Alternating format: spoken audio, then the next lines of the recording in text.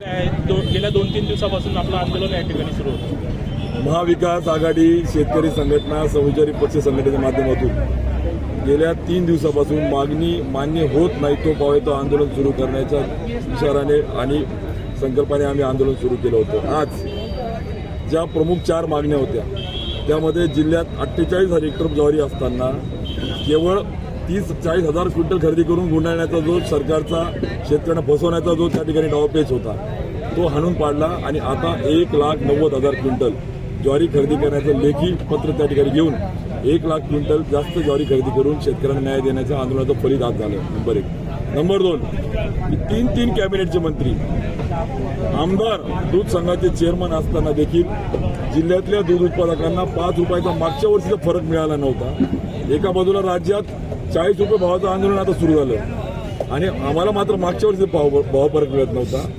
आज त्याचं लेखी पत्र त्यांनी दिलं की येणाऱ्या 15 तारखेच्या आत ऑनलाईन करून 20 तारखेच्या आत एक फरक घेऊ। म्हणजे आज हजारो शेतकऱ्यांना दूध उत्पादकांना हा न्याय त्या ठिकाणी मिळतो। आंदोलनाचं मोठं यश त्या ठिकाणी झालं। 3, केळी उत्पादकांच्या भावनेची खेळण्याचं पाप ज्या कृषी मंत्र्यांनी केलं त्याला मूकसंमती जे आमदार 10 युतीचे आणि 3 मंत्री देत आहेत त्याचा निषेध करत त्या संदर्भात कृषी आयुक्त सचिवांसोबत गुरुवारच्या आत बैठकीची तारीख कळून त्या केळी उत्पादकांच्या माध्यमातून 180 कोटी रुपयाचा परतावा त्यांना कसा देता येईल त्याचंही ठोस आज त्या ठिकाणी आश्वासन त्या ठिकाणी कृषी विभागाने दिलं आहे। आणि 4, कापूस भावांतरच्या योजनेच्या नावाने शेतकऱ्यांना फसवण्याचं त्यांना त्या ठिकाणी भूलताबा देण्याचं काम जे राज्याचे देवेंद्र फडणवीस करत आहेत त्याच्याबद्दल आज एक मंत्री अनुदान म्हणतो तर एक मदत म्हणतो आणि एक भावांतर म्हणतो।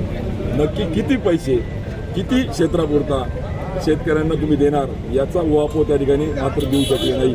त्याचा निषेध केला। थोडक्यात प्रशासनाने मान्य केलं की देवेंद्र फडणवीस खोटं बोलले, त्याचा अद्यापर्यंत कुठलाही GR आलेला नाही आहे। त्याची पटकन कारवाई होण्यासाठी आम्ही या ठिकाणी मागणी केली आणि म्हणून आज दुर्दैव याचं वाटतं की 3 दिवसात एक सत्ताधारी पक्षाचा आमदार एक मंत्री याचा कोणामार्फत निरोप नाही।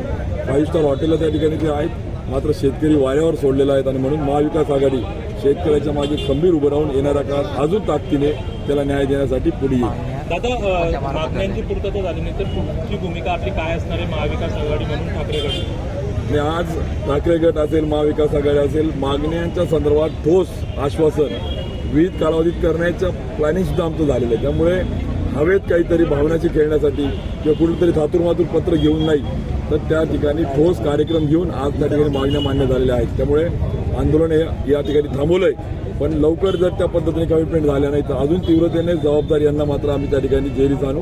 मात्र शेतकऱ्याला न्याय दिल्याशिवाय आम्ही राहणार नाही। आम्ही सुरुवातीलाच सांगितलं की भावनिक किंवा कुठलं तरी हवेत काहीतरी त्या ठिकाणी गोळीबार करून शेतकऱ्यांच्या भावनेची खेळण्याचं हे काम नव्हतं तर शाश्वत प्रश्नावर हे आंदोलन होतं आणि त्यामुळे शाश्वत पद्धतीने आम्ही ते सोडू।